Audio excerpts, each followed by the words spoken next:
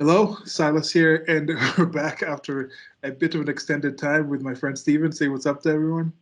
Hello, everyone. Hope you're all well. Very happy to be back with Silas here. Yeah, and we're going to be reading. Steven had read a book, and this is part three of this series where we're going to be talking about the book "Marry Him: The Case for Settling for Mr. Good Enough" by Lori Gottlieb. Gottlieb? Yep. Did I say that right? Gottlieb. Yeah, you got it right. Okay, getting into it.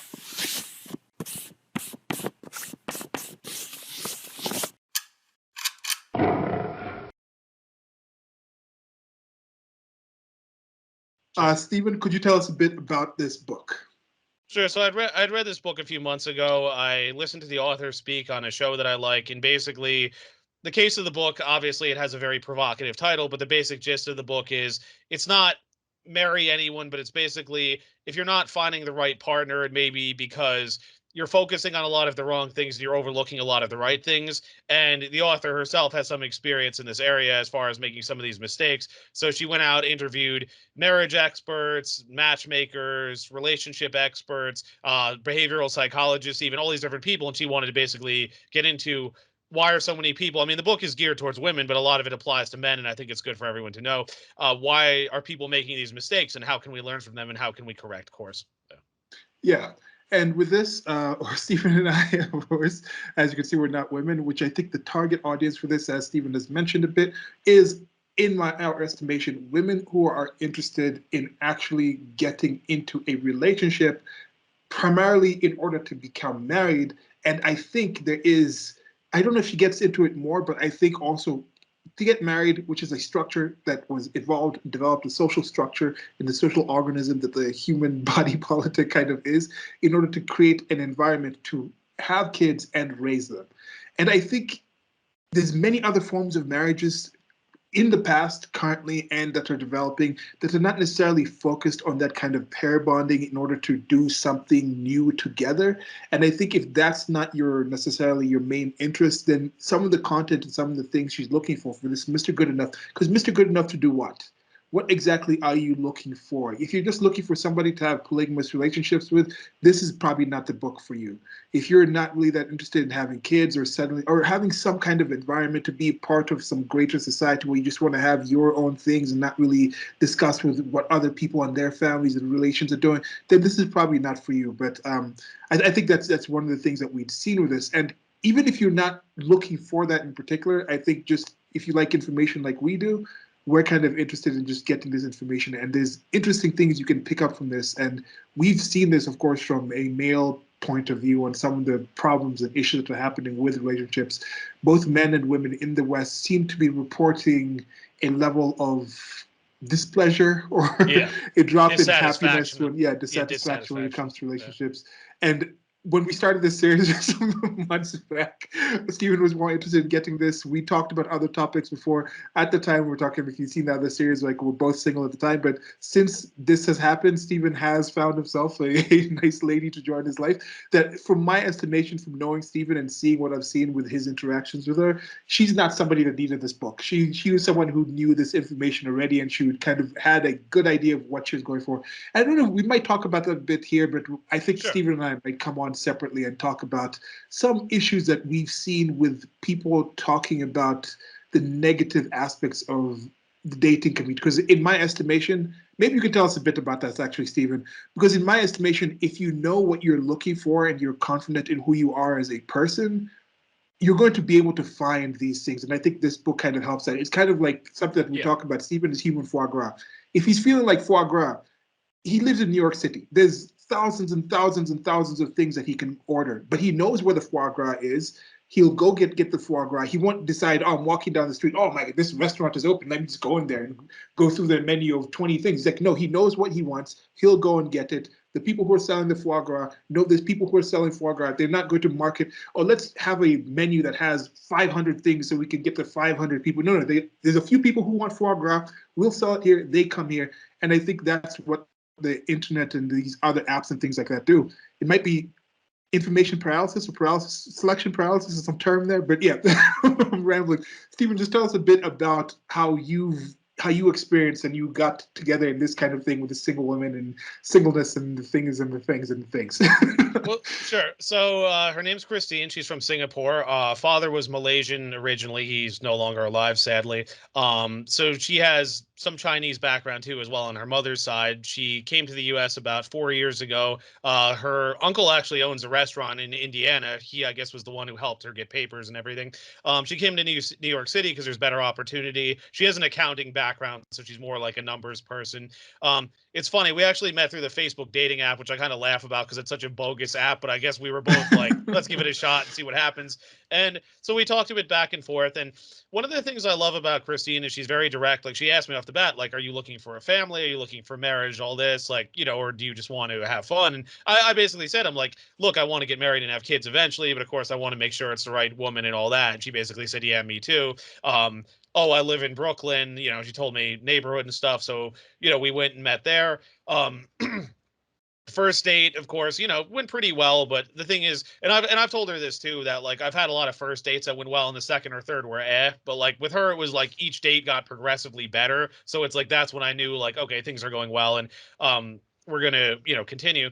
And the thing with her too is she's a few years younger than me. She'll turn 32 next month.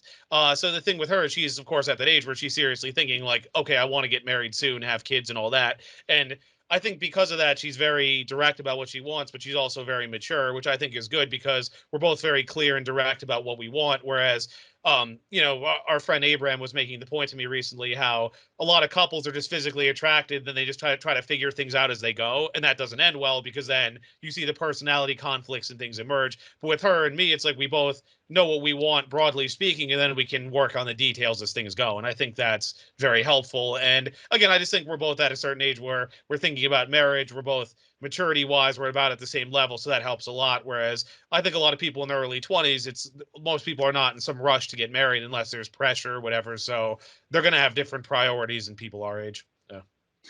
Yeah, and see that's the thing and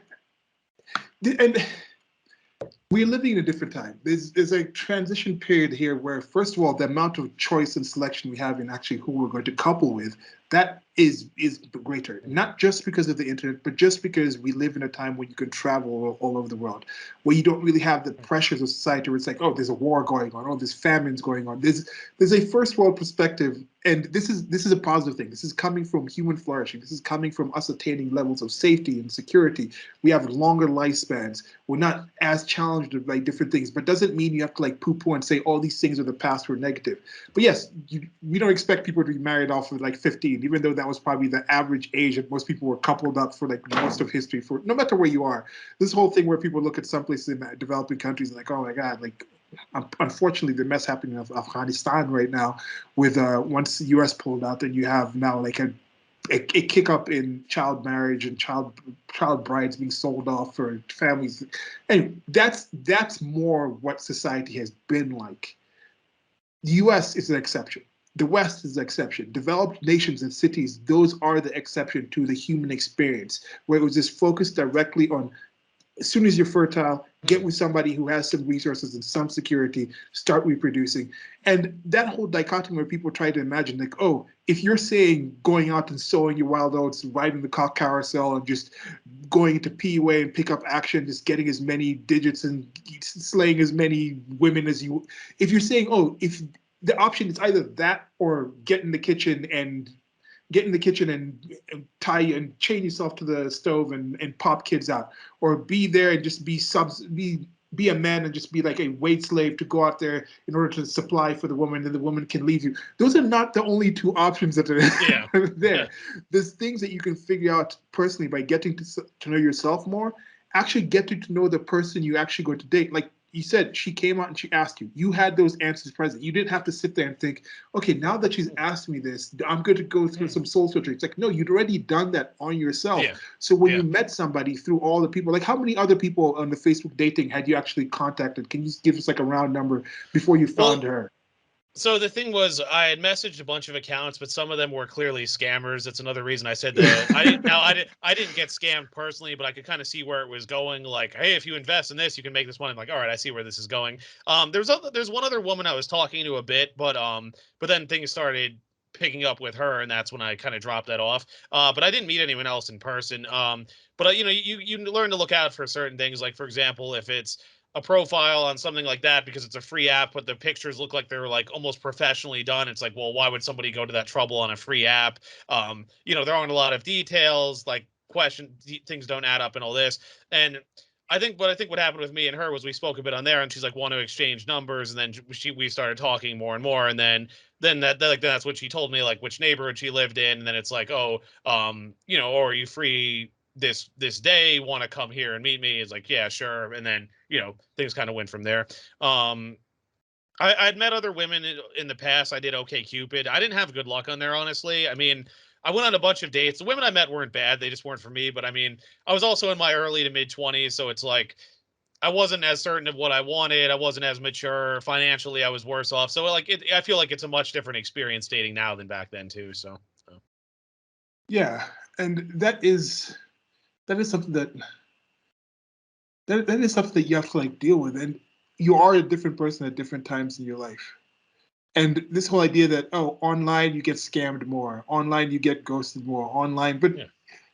that is, in my experience, from looking at people's relationships, people they call friends and people they deal with, do they act like you can't get scammed in person?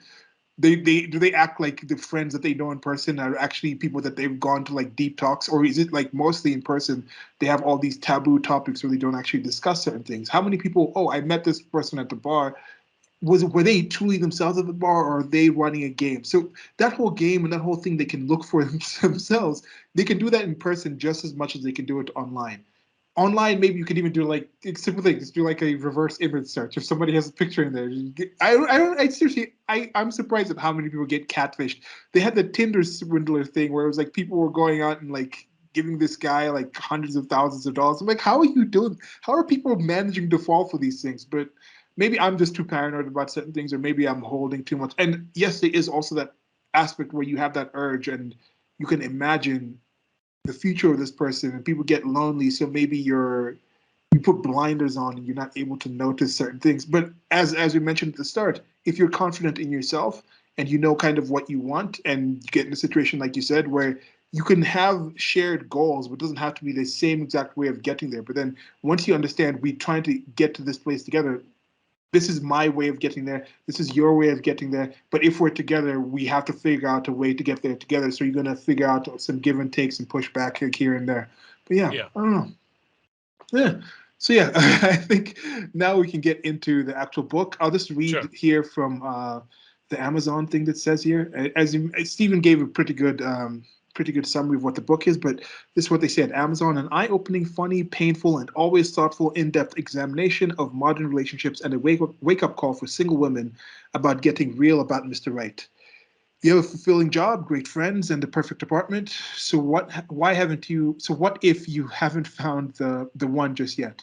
He'll come along someday, right? But what if it doesn't? Or what if Mr. Right has been, well, Mr. Right in front of you, but you passed him by? Nearing 40 and single journalist Lori Gottlieb Mhm. started to wonder. I've been saying that name wrong at the start. Was Yeah. like, okay, so started to wonder what makes for lasting romantic fulfillment, and are we looking for those qualities when we're dating? Are we too picky about trivial things that don't matter and not picky enough about the often overlooked things that do? In Marry Him, Gottlieb explores an all too common dilemma: how to reconcile the desire for a happy marriage with a list of must haves and deal breakers so long and complicated that many great guys get misguidedly eliminated. Yeah. On a quest to find the answer, Gottlieb sets out of her own journey in search of love, discovering wisdom and surprising insights from sociologists and neurobiologists, marital researchers, and Yep. behavioral economists, as well as single and married men and women of all generations. And to me, that's one of the things that appeals to me with this book is she goes into things and talks about things that I have seen people who mostly men focus on relationships, and there's people who've been talking about relationships in the ways that Laurie has been talking about in this book that I've heard feminists and other women say, "Oh, you're just men. You're just talking about these things from a man's point of view. You don't understand how it is." So it's kind of good to see a woman talk about these things because facts are facts. This is information. a behavioral economist is looking at behavioral economists. It's research. The research is actually neurobiologist. There's biology in there. There's XX, XY. There's different kind of practice. Sociologists are going to have different kind of techniques to actually achieve the same goals of reproduction. These are things that are actually in there. So it's not like, oh, my patriarchy, men, like testosterone self is looking. It's like, no, this is data. 80% of the women on OkCupid match with 20% of the men. Like that's there. Like there's reasons behind that. Like let's talk about that. And I think she does a good job of doing Yeah. that here. But yeah. So And tell us about you this. notice too the terrible reviews are radical feminist types. Like this is patriarchy, misogyny. It's like that's all it is every time, you know. Maybe at the end of this we can do like a follow-up video where we just read read the 1-star reviews and things like that, and just do some commentary on it. I don't know. Okay, so yeah, we're on chapter 3. We've done 2 parts so far, and we'll Sure. just do this one chapter by chapter. It's a relatively shorter book. It's a shorter book, right? It's fairly long, but what I was saying to Silas before this is I'm not reading it verbatim, and some of the stuff does repeat a little, or it's stuff I've already talked about. So there's certain points I'll skip over, I'll just summarize them, and I'm not reading it verbatim either because it's like I'd recommend just reading the book. The thing is, the way I did this is I didn't want to take notes because there was so much stuff I was quoting directly. It's like I might as well just pick out stuff directly, and then the stuff that's longer winded to just summarize. Yeah. Okay. Yeah, and we've done some of these before, and pretty much Steven's read it. I haven't read it. Some of the stuff is familiar to us from the previous stuff. He'll read the quotes and things like that, and then we'll discuss that part, and then go back and he'll read more quotes. So that's how we're going to go. So Sure. chapter 3, tell us the Yep. name, and you can just get into it. Sure. So it's called How Feminism Fucked Up My Love Life. Okay. All right, so get right in. So she goes, I know this is an unpopular thing to say, but feminism has completely fucked up my love life. To be fair, it's not feminism exactly. After all, quote unquote feminism never published a dating manual. But what I consider to be the quote feminist way of doing things, end quote, certainly didn't help. It's not that I would give back the gains of feminism for anything. Believe me, I wouldn't. It's just that I wish I hadn't tried to apply what I believe to be the quote unquote feminist ideals to dating. Growing up, my friends and I thought feminism was fabulous. To us, feminism meant we had freedom and choice in all aspects of our lives. We could pursue professional careers, take time to quote unquote find ourselves before getting married, decide not to get married at all, have our sexual needs met whenever we felt like it. The fact we didn't need a man never fulfilling life felt empowering. After all, who wanted to do what our moms did, find a man, marry him, and have kids, all before most of us had gotten our first promotion. But then in our late 20s and early 30s, as more of us moved from relationship to relationship or went long periods with no meaningful relationship at all, we didn't quite feel so empowered. The truth was, every one of my single friends wanted to be married, but none of us would admit how badly we craved it for fear of sounding weak or needy, or God forbid, anti feminist. We were the generation of women who are supposed to be independent and self sufficient, but we didn't have a clue how to navigate this modern terrain without sacrificing some core desires. We didn't want another Sunday brunch with the girls, we wanted a lifetime with the guy.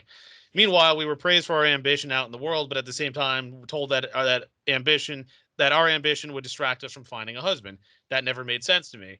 I don't think that women are so caught up in their careers that they quote unquote forget to focus on their personal lives. After all, 90% of conversations most women I know of dating age have been, even those trying to make partner in law firm or slogging through a medical residency, involve men who the cute new doctors at the hospital, whether to move in with a boyfriend, what it means that the guy stopped calling after 5 dates. In fact, working in environments where we're likely to meet interesting men may actually be a dating disadvantage. Our long hours and high-minded aspirations weren't the problem, but none of us could figure out what was. It wasn't until I found myself still single at my late 30s that something hit me. Maybe the problem was this misconception. We thought that quote unquote having it all equaled happily ever after. Instead, except that a lot of us weren't so happy. Instead, I started to see a pattern that went like this. We grew up believing that we could quote unquote have it all. Having it all meant that we shouldn't compromise in any area of life, including dating. Not compromising meant quote unquote having high standards. The higher our standards were, the more quote unquote empowered we were. But were we? Here's what actually happened. Empowerment somehow became synonymous with having impossible standards and disregarding the fact that in real life you can't have everything you want when you want it on your terms only, which is exactly how many of us empowered ourselves out of a good mate. Okay, it's the first section. Thoughts and comments? Yeah. Yeah, with this one, of course, problems happen. This is what the thought. Problems happen not because of what X is, because of how we define X. Now, when somebody says feminism, there's going to be many people who have different definitions. There's sex positive feminism. There's more. I don't know what the there's other versions. We've There's down other conversations choice on it. feminism is more like libertarian, and then there's obviously like Marxist feminism. Yeah, in cynical theories we did a whole section on. I think there were Yeah, like 30 types or something. Yeah, yeah. At that point, yeah. Now yeah. there's some being invented at any time. There's probably more types of feminisms than there are supportive genders, and you have that. So depending on that, there's some feminists who will say, oh, going out there and just sleeping around is not a feminist thing. But then some people will say, no, that is. The slut walk type of people. So there's that Yeah. aspect in there where you can say who is actually on the side and who is actually not on the side, because there's some who are more conservative, some who are a libertine. I don't want to say liberal, because libertine is kind of thing where I think a lot of the people are. So that's a key thing to kind of think of, like, what is feminism? And for some people, there has been that aspect where it's like, okay, don't be with a guy. There is some of that. For sometimes, like, you being with a man, you needing a man, you seeming to be like with the man, or behind every man there's like every powerful man there's a strong woman. That kind of position, that dichotomy where somebody has to be behind, where it's like, okay, yes, sure, when you're facing the world, the man might be standing in front and the woman might be back here. That's on the world facing thing. That's on the social out facing thing. But that same couple, when they're facing the home, now they turn around and the woman is the one who's facing the home and she's ahead in front of the kids and the man is behind. Because you have that kind of thing where people talk about, oh, why are men not as caring as women? Why are men so standoffish? Why don't they care more about things in the home? Why don't they do? But that's because they're too focused on the things that are out there. You have to kind of share things. This person's out there earning, and to earn, you have to think about things in a different way. You focus on, oh, this is going to happen in the job. You're bringing your work home and things like this. So your mind is occupied with other things. Where even if you do, it doesn't mean he doesn't love the wife. It doesn't mean he doesn't love the kids. But he understands, like, in order to supply certain things for that wife and the kids, in order to, sometimes some of the things that even attracted that wife to that husband was his ability to focus on those things. So he's focused on those things and he's supporting the family in that kind of way. And even if he cares for the family as much as the wife cares for him and the family, they're going to have different ways of expressing that, different energy, different kind of focus in order to invest into that relationship that they have. So this whole idea to think that a woman can just have all the positive and amazing things that were traditionally associated with femaleness, with femininity and things like that, and be able to take on all the positive and things that they consider out of masculinity. And it's not that women had an extra 50% of capability and time and energy that they weren't using by being homemakers and things like that. It's like, no, 95% of the energy was used on that. 95% of man's energy was used on being outside. Then they'd find some kind of thing. So now if you actually take on, try to put 50% into that, you're going to lose the energy and the things that you had in that. And I think there is something in that. And yes, there's a higher amount of acceptance for alphabet folk, LGBTQ plus, and all those things. But in general, we are a sexually dimorphic species. Men like women, women like men. If women became more like men, that won't be as appealing as it is to men. If men became more like women, that won't be as appealing as it is to most women. Yeah. This is just how society works. This is how biology works. This is how we work. So I think that is definitely something that has been confusing, both for the women. They're like, am I becoming the man that I think that I want, instead of just being who I am and getting that man that I actually want? And I think there is that aspect in there.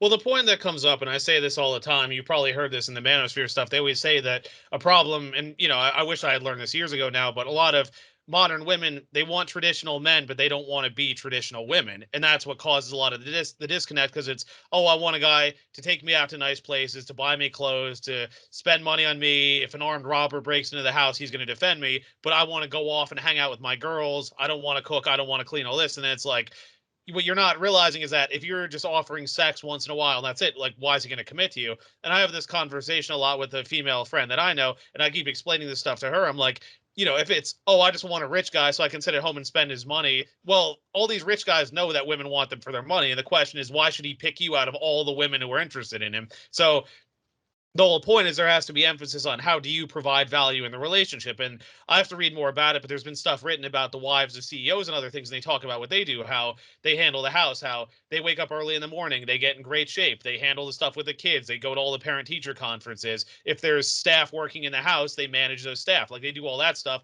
Husband comes home, dinner's ready. So it's like they provide so much value. So then, yeah, the guy is happy to take them on nice vacations, out to nice restaurants and all that. But they're adding a lot of value to the relationship. It's not, I just want to lay by the pool and spend your money, because it's like, how much value does that add, especially as the women's looks and fertility decline? You know?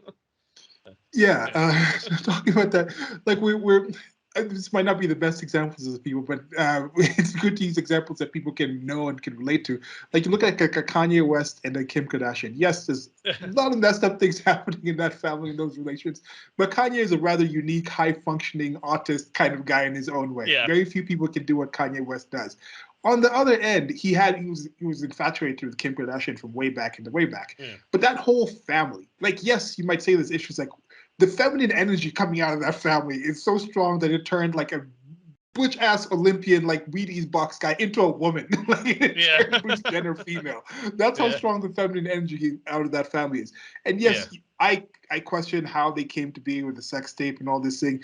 But regardless, just because you have the access to money and resources that Kim Kardashian has, when she came out and she was like, "Oh, you need to get out there and work," I didn't actually watch it in the context. We were just talking about this before, how uh, where maybe with our older age, we used to be more involved with investing so much into what some certain people say that's not that important. It's like one thing out Yeah. of the million things that they said. So when I heard she said it, was like, oh, whatever. Yes, she has house help, she has all these things, but at the same point, if you were given that house help and that money that she had, would you be able to run the empire that she has? Would you be able to be in character or whatever on across all those TV shows, maintain that kind of mentality? Like, I've seen things like Scott Hall, like Razor Ramon just passed away. And you have this thing with wrestling where they're like doing kayfabe. Well, you see them on Monday Night Raw. You see them on I don't know, Monday Night Raw. I think it's still on like SmackDown. But you see them on those times. But then all around the year, they're traveling around the country, maintaining kayfabe, which is maintaining character, wrestling all these things, doing all these things, working out. Your life and other things are being destroyed, and you're losing other things in your life because you're focused so much on this. And I think you still look at a Kim Kardashian, you still look at the mom. How many people have had sex tapes and then turned it into like $1 billion industry where your entire family is like millionaires off of you starting at that kind of thing? Not too many people. So there's still some kind of level of work. So when she's saying get out there and work, she's not necessarily saying, oh, just get out there and be a farmer and things like that and do those kind of things. It's a different sort of work. It's a different sort of grind. But it's a mentality that you have in there where I think, yes, there is an aspect where to be someone like with Kanye West is not just going to pick up some random woman who's just like working at like a Walgreens or stuff. I'm not dissing with people who work at Walgreens. I'm just saying, like, someone sits in Walgreens who has like an Instagram with like a few followers, and then she sits at home. I think he would be more interested in someone that has some other interest in their lives as well. So I think there is that aspect where you find, this is one thing that I think of. Part of the reason I'm still single, I'm not too worried about it. I'm not like, ah, oh, damn the women's, because I don't necessarily think I am up to the level that I could be at for the sort of woman who I would want to be with. So I understand. I still have to get myself to a certain level. I still think I can get to that level. So I'm not too worried right now, even though I'm getting older. But it's just at that point where it's like I realize that, like, look, I could probably date someone at this point, but the people who would want to date me, I probably wouldn't want to date them. So it's kind of at that point where it's like I need to get myself to a higher level, and once I'm there, I think there's enough people to meet in that point. And I think that's the mismatch that's going on. We have a lot of people who are striking a lot higher, or even going too much lower. If you're not with somebody who's in working in the same kind of space that you're in, they'll also get to a situation where now you have the jealousy where they think they're not confident enough in who they are that they're like, ah, man, they can tell, because people can tell. People can be like, this Yeah. person's actually a lot better than I am. So this person is going to get some other people because I'm not as good as this person. There is that aspect in it, and then they'll start, I think, cutting down the actual relationship. So there is that aspect in there where I think, yeah, getting people who are working on the same level. If you're doing this, just understand that if you do X, Y, Z, if you have a list of 25 requirements for somebody to date, you should expect them to have 25 requirements, even though it's Yeah. not the same. You should, if you need XYZ, expect to fit their XYZ. Yet I see a lot of things happening right now. Some women have all these demands, and how dare you ask me to do something? Yeah. How dare you? That's patriarchy. How dare you? Yeah. I met some women here in Kenya who would be doing the regular job, all these other things, kind of moving around, like different things that are not typically what the typical Kenyan African woman does. But then you ask them about, okay, when it gets to marriage, no, when it comes to marriage, you have to ask me out, you have to go talk to my parents, you have to pay the bride price, you have to do all these things. And I'm like, but you're doing all these other 20th century things. Why are you still so stuck on these things from the past for that part? So that's definitely something that I think Well, is because some of the manosphere guys have complained about that, and I realized like that leans in one direction, but they made the point how like if men are complaining about being incels or whatever, the guys will say, look, you need to get in better shape, you need to make more money, you need to have a purpose in life, you need to build your network, all these things. And a lot of the more reasonable guys are like, yeah, that makes sense, I need to do those things. But the point is, and I think what you're getting at is that certain women, again, not saying all, but if you say, well, if you want this type of man, you have to do these things, because again, how many women want that guy? Oh, how dare you, that's misogyny, all this. It's like, well, again, what are you bringing to the relationship? If it's like you said, if it's, oh, I just want to spend his money, sleep with him sometimes, you're easily replaceable, especially if you're in your 30s and he can pass you up for a younger woman. Like what? Like why is he going to do that? Now, if it's, oh, I'm going to stay at home, however, I'm going to design the house, I'm going to cook, I'm going to clean, I'm going to manage the housing staff, I'm going to do all this stuff with kids. Like if the kids are homeschooled, I'm going to be in charge of that. Like you add all this value, yeah. Again, it's like, but what are you? But like that there's not enough emphasis on creating value. And we talked in the whole other discussion, but praxis and stuff, that's what I love about that company. It's how do you add value? That's how you make money. If it's just I show up, I deserve something, well, I mean, what separates you from everyone else? Yeah. Yeah, and that's one of the things we also talked about here. Why I think with the marriage thing, that's something that is for having kids, because that is one of the few things that, despite being kind to timeline and people saying yes, men can have kids and women can have female penises, that despite that, like there is one thing that many men will be like, especially high functioning, high achieving, not even high functioning, high achieving, but men that you might be attracted to, one of the primary things as a woman, as a female, that a male will be attracted to you for, as I said, if having kids is not a thing to you, then that changes the whole calculus in many, many ways. You don't have to worry about anything anytime soon. Time wise, not a thing. If you're just looking for companionship, a 60-year-old man will just find a 60-year-old where they do familiar things. But if that 60-year-old man is still interested, has done all these things, put in all this time, and now he's like, I want to have kids, they're gonna be looking somewhere in the 30s. Like that's just how the world works, because just biology, reality. So if you say like I have a car, I have a house, an IRA, I have a six-figure job, I have this much in the savings and things like that.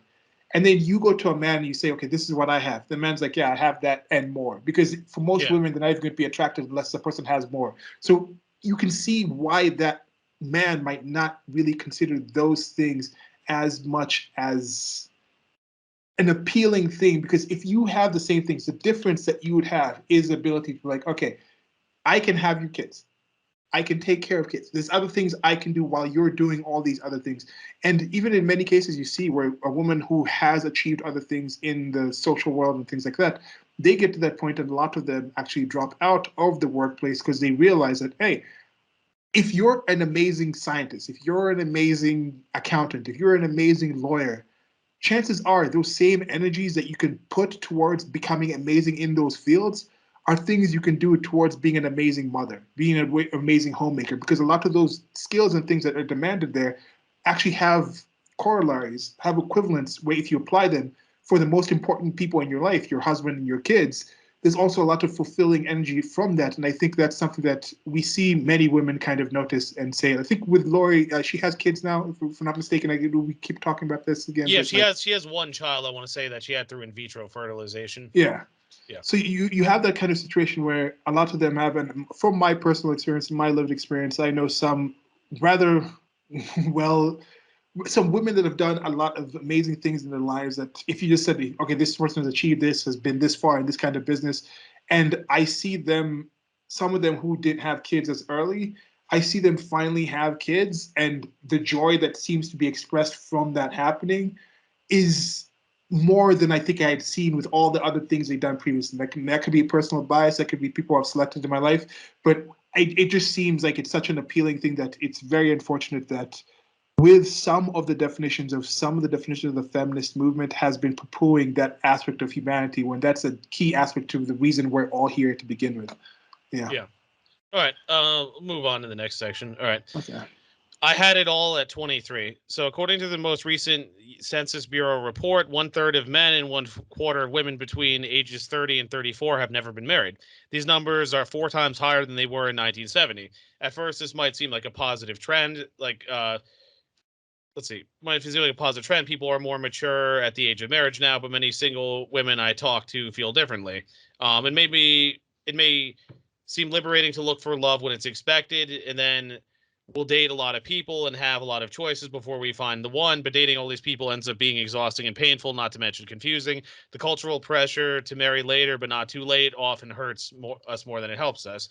So her friend who's 29 talks about she had the night 6 years ago. Her college boyfriend proposed to her. They were 23. She was in medical school. He was in medical school. She was applying for her first job. They'd been together 4 years. She turned him down, but for one reason only. She thought they were too young. She thought, oh, what kind of independent woman gets married at this age? I should marry the first serious boyfriend I have. All this. After their breakup, Dave was heartbroken and asked that they have no contact. So then Jessica started moving on and growing as a person. So she moved to a new city, met different people, all this. Um, After 2 years, she decided to call him up and realized she had made a mistake. But the thing was, she was also living the so-called empowered single girl life, and her friends would talk her out of it. So she said that she would consider calling him. Her friends would say, "What? You're going to settle down at 24? What about your life?" And then she started wondering, "Is this life so wonderful? All this." Um, they didn't, let's see here. She liked her friends, her work. She hated dating. She had a few boyfriends, but she didn't feel about any of them the way she did Dave. They didn't get her the way Dave did. So let's see here. So then she would look up Dave at night, but didn't find much on him. Yeah, she'd Google him late at night. Let's see here. So she kept, searching for him like over a few years. 3 years after Dave's proposal, she found his number through a medical school switchboard and found it and called him. Um, she said she was happy to hear his voice again, but it turned out she got heartbroken. Let's see, David spent more than 2 years trying to get over Jessica, and finally, about 8 months before, he'd met someone new. They were dating exclusively. She was a year older than Dave. She was 27. The woman was 27 at the time. Um, Dave is now married to this woman. Both are pediatricians, and they recently had a son.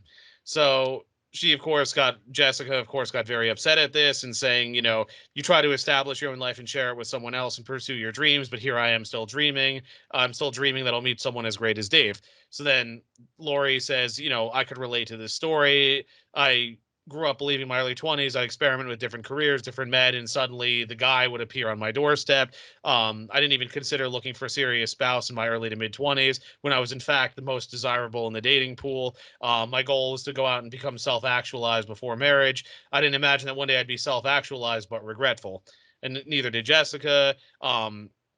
Jessica said, I thought the message was you can have it all, but not at 23. She said, but now that I'm 29, I'm supposed to have it all. I don't. I had it at 23. The problem is people judge you if you marry too early, but then you end up single at 30 or 35. They judge you for not being married. And she was right. There's a stigma for not waiting long enough. And there's a stigma for waiting too long. Many people called me, quote unquote, brave for having a baby on my own when my biological clock was ticking. But it was always said in the way you might call a cancer patient brave. It's an interesting comparison.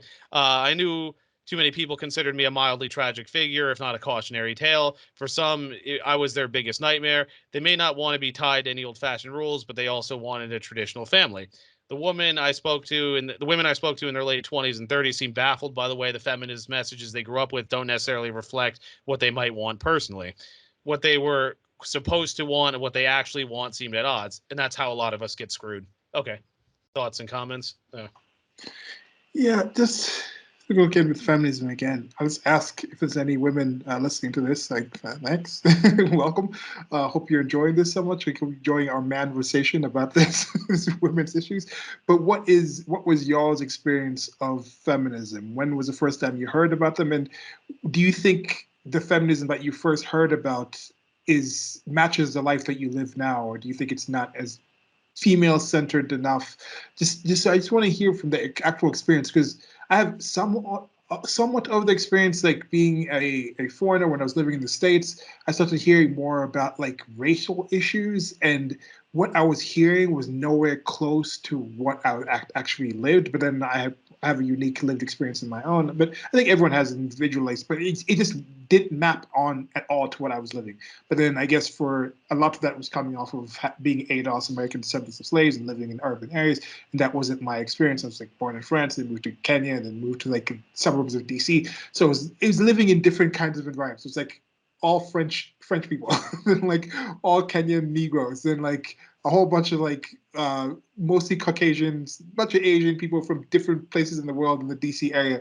So maybe that wasn't applying. So I was thinking maybe that's not it. But even when I got older and I started looking into more, started reading people like Thomas Sowell, started going to the actual details and getting the actual data, like you said, of the researcher or the researchers. I'm like, what they're basing it on is not actually factual. So even with the whole feminist movement, I don't understand some of the things that they say in these things. And I don't understand why it would even be appealing to the people that hear some of the messages that I hear about this. Because there are some things where it's just like you're always a victim.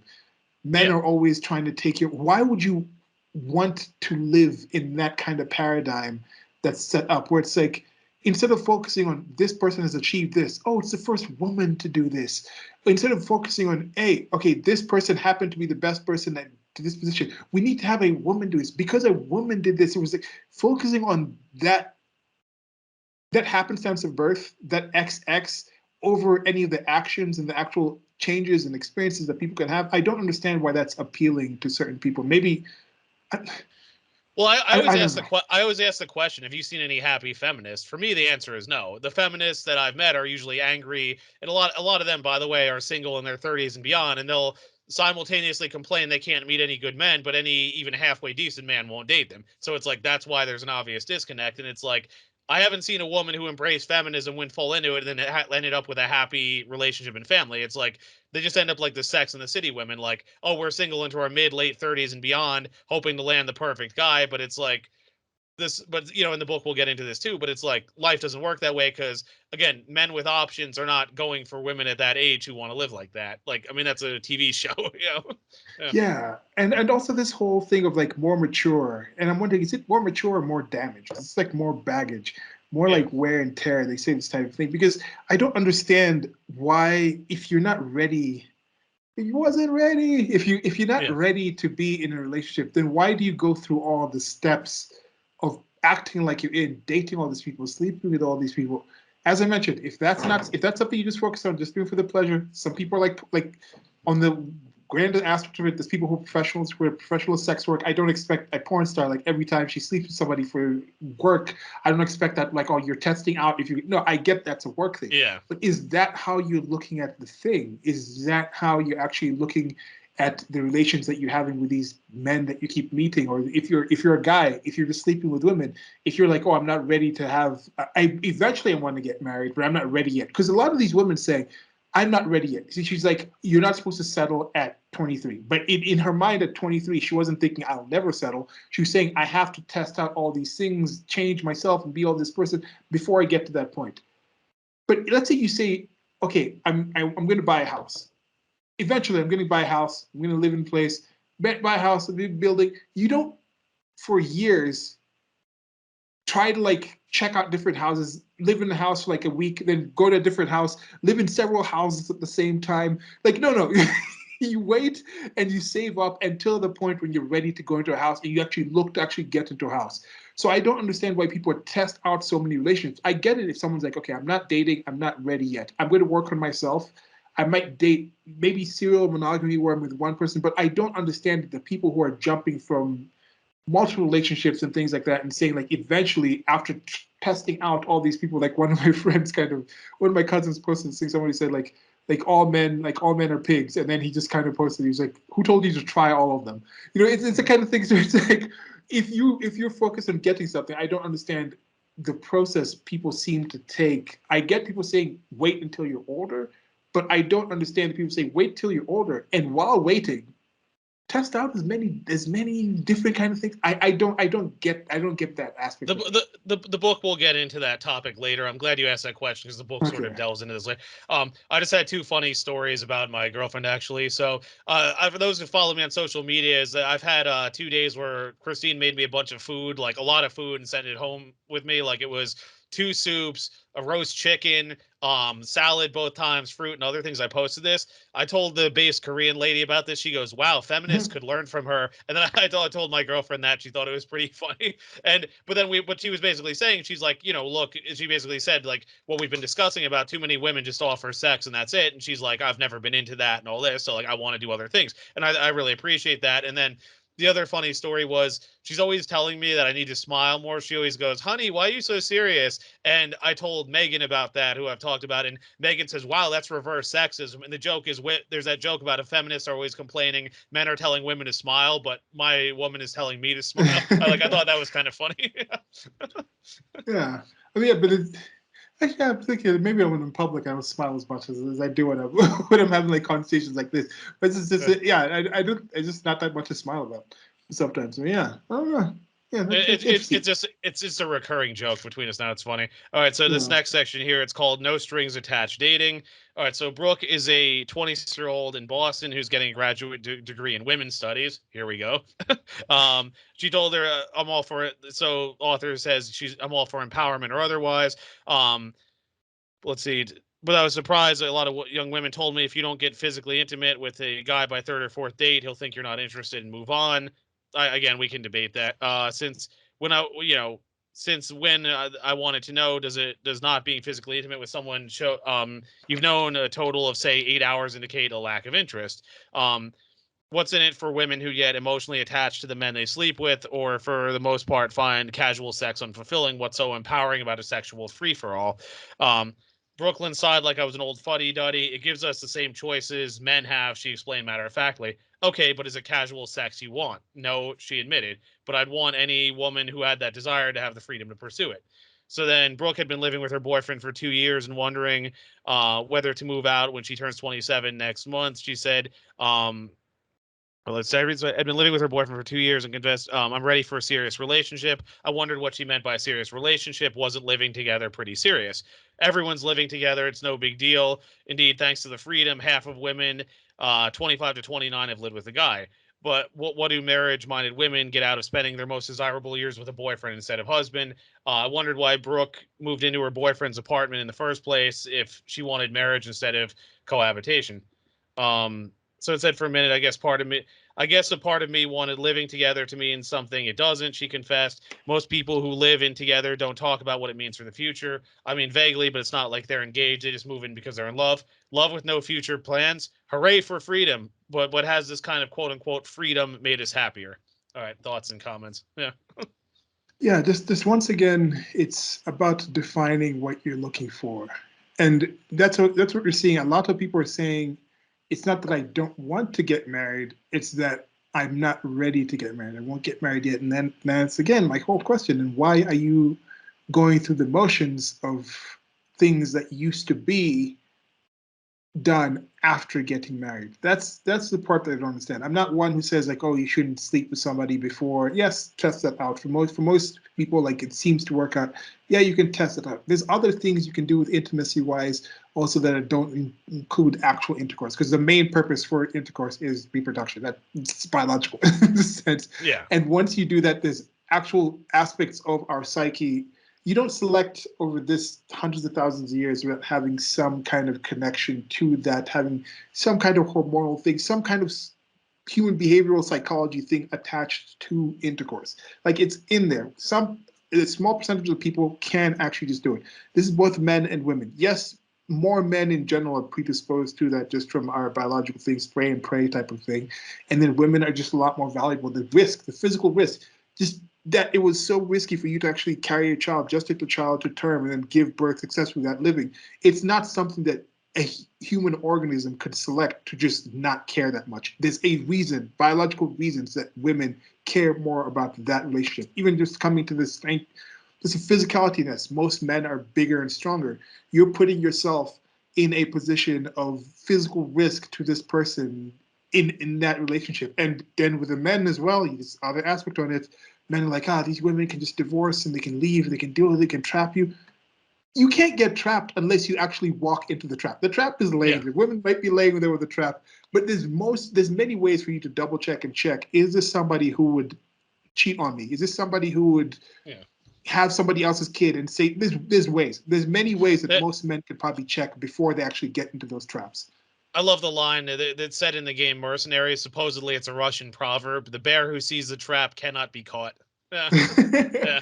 Yeah, and there's flags, there's signals, there's many things, and this is something you hear a lot in the manosphere, where a lot of people is like, oh, I wish I had found out this information when I was younger. People are like, oh, I'm glad that younger men are doing this, and then of course there's women saying like, oh, these are anti men facing like MGTOW and places like that. Yes, some of the people are in a rage thing, just like in some Yeah. feminists, they're actually like kill all men. Like that actually Yeah. is an aspect of it. So yes, you're going to have those people in the fringes. But in general, I think there's just people like Lori talking about women's issues in relationships from a more female point of Yeah. view. And then there's men, people like Stardust, Spetsnaz, like people like that who are people that I listen to. Even when you talk about maybe like the Jordan Petersons, I'm reading a book, Orphan X, right now, and some quotes from Jordan Peterson, but it's like a single mom. Okay, she's not a single mom, she's a widower. And there's a difference. There's a difference between a Yeah. single mom and a widower. It's someone who's a widower who couldn't have kids. Another thing in the book, she said we couldn't have kids, like her and her husband. And another thing, it seems to be, at least it might be something I just pointed out, a complete ramble here. Pointing out that when the woman is infertile, they say we can't have kids. When it's like, when is it you unable to do it? Is it man? Anyway, Yeah. but she was actually having Jordan Peterson quotes. So I think Jordan Peterson, that stuff like 12 Rules for Life, it's not necessarily just men, but I think there is an aspect where somebody like him appealed because the we're looking at relationships between parents teaching their kids. Even in the past, it wasn't as strong as this traditional kind of aspect of saying, oh, back in the traditional times, men used to teach boys how to behave. It wasn't necessarily that way. It's like you lived in one society where there was one way of getting married in the society. You weren't Yeah. meeting people from outside. Your dad didn't necessarily have to sit down and tell you all these things. You could just see from him experiencing it. You know you're going to live in this area. All 500 men in this area who have kids, who have wives, do it in this kind of, they have a job, they work in these kind of, they go to the church, they do these kind of things in certain ways. So you understand as a boy, you're going to do that. Society teaches it. But now when you have societies in different places, like you said, your girlfriend, girlfriend's your lady friend. I don't like the term girlfriend. Girlfriend's like people under 20. But she's from a different culture. But because you can both have the shared ideas of the key thing here is marriage, understanding each other, having that kind of knowledge, that takes down all those things. But I think when you have this kind of situation where people are mixing from different areas, different locations, there's a lot of mixed signals, mixed expectations, taboo things that you can't necessarily talk about, things you take for granted that the other person might find to be like no-goes. And simply just not talking about these things, simply just deciding we're going to assume these things and just focus on certain physical smaller things, or this is not for us, or this is for me. Those things are things that just perplex me, and might have lost my train of thought. But it's just Sorry. surprising to me to why we have why there's such a mess right now, because part of it is there wasn't any actual rules in the past. So when some people are saying we need to let go of those rules in the past, I'm like, what rules are you talking about? When do you Yeah. actually have options? It's up to you as an individual for you to say, me and this person want these things together. Let's not worry about my friend saying, oh, don't call him. Yes, we see you heartbreaking about this guy that you met, but you're going to settle down. Why are your friends, first of all, why are they kneecapping you this way? If they really Yeah. care for you, would they want to see you have more use, reproduce and create more use as soon as possible? Like, why are they like, they're like, we don't have anyone, so hell no, you're not gonna have it. Because I guarantee you, Jessica's Yeah. friends weren't in happy relationships, telling her not to seek back the one she had a happy. They were probably single, riding the cock carousel, and like, you gotta ride this thing with us. There's very few happily married people telling other people not to pursue being happily married. Yeah. Yeah, I was gonna say a lot of my family was married, especially my grandparents. They were married younger than I was. They were always asking like, "When are you gonna get married? When are you gonna have kids?" All this, and it's like I'm an old man for marriage by their standards. I mean, my maternal grandparents had my mom when they were 23. Now, for me, I wasn't at all ready to have marriage and kids at that age, but like looking at it from that perspective, to me, it's like, why are you still single? It's like, And that definitely happens here as well too. Like my parents had me at, I think it was like I don't know, it was some time back where it was like they were like, okay, past the age when they had me, and I was like, God, yeah, that's crazy. But I'm also very very behind that, and yeah, it's tough. But they said extended lifespan, different kind of times and situations. Yes, we're to get to the point where you have artificial wombs. Yes, there's in vitro fertilization for people. A lot of people getting to surrogates and things like so. That's going to happen. But these rules are being changed. But what I'm saying is have rules, have guidelines. Don't just think that this will just happen because it's some kind of Disney type of thing. Like eventually you'll just be put in this situation. No, you have to actively act in that situation. You have to actively understand why you want these things after things, and don't put too much focus on the people who are telling you you don't want the things. If they point out you don't want these things, ask them why don't I want these things. Like ask for actual reasons and evidence for why you should be against these things. If some feminist says being with somebody you really care for and just being with that one person is bad, why? I just don't understand the whys behind well, some of these things. I also did a video recently with Chris Vella. We were talking about the whole body positivity thing and all this. And one of the things that I brought up, I'm not going to rehash all the points, but I was saying how one, body positivity started as like, oh, I have prosthetic limbs, but I still got in good shape. It's like, that's an accomplishment. It's not, I let myself balloon up to 300 pounds and I'm proud of it. Like, it's like it completely fell off course. And the other thing I was saying was, like, I get some of the initial arguments, because what happened was, like, as a kid, I remember learning about eating disorders like anorexia, bulimia, all this. Like, these women were pressured into being thin, like dancers especially. And I know there were stories of like women starving themselves and all this, and like I get that concern, but the thing was, this was a case of like the pendulum swung so far one way, then it swung so far in the other direction. It went from let's pressure women to being ultra thin to, oh, you can balloon up, be 350 pounds, be put on Cosmopolitan, and be told you're beautiful. And it's like we have to find some in between point here of like, yeah, like, I'm not saying everyone should look like a rail, but at the same time, it's like stop glorifying obesity. We know it's bad for you. I mean, there's no science saying otherwise. Yeah. And if you're happy enough being obese, being in that kind of sense, first of all, that's not the same thing as being healthy. Happiness is not, like you posted that thing where it was like happiness is healthy. No, it's not. No, Like, no. first of all, I'll question to begin with if the people are actually happy themselves. But second of all, happiness is not necessarily healthy. There's some people who are very sick. Like if you take some opiates and just like high on opium, technically you're kind of happy. But are you healthy because you're high on opium all the time? Because you're medicated? We've seen also that chart of the antidepressants. Now, with the antidepressants type of thing, the SSRIs, the Yeah. use of women between 25 and 45 is the highest in the West. Like it's like the highest out of anyone else. And so with that, it's also something where women might be overprescribed and they might be taking it more where the whole men like toughen up type of thing. Like in the past, yes, women were wearing corsets and had these kind of restrictions. Certain women in certain classes had those restrictions, but those men were also expected. Back in the days, where it's like someone who slaps, someone who say something about your wife, you'd have to fight that person like to the death, like on the street. Like that's not a Yeah. thing that's expected anymore. So there's different times. The past sucked in general, but you have those different things with the different challenges that people have. But you're not looking back at that past and saying that was healthy. But you look at this obesity that you have today and things like that. People saying, okay, I'm in this sense. If you're happy being who you are in that sense, yes, be happy, be the healthiest person, be confident. Don't be shamed for being who you are. But the part where I say stop is when you try to demand people find you attractive. People have to like reaffirm what you supposedly already feel about yourself. If you're confident in yourself being a 600-pound beautiful woman, you don't need other people to say you're beautiful. If somebody comes and says you're not that beautiful, actually you're not that healthy, you if you truly consider yourself healthy, if you truly consider yourself beautiful, if you're truly happy with yourself, somebody saying something contrary to that is not going to affect you. Yeah. Like I can draw. I'm pretty confident with my drawing. Somebody comes and says that drawing sucks, like you suck at drawing. I'm not like, oh my God, this person doesn't understand my drawing. Like they can critique certain aspects of it, but I'm confident in my drawing ability. I know I can draw better than most people.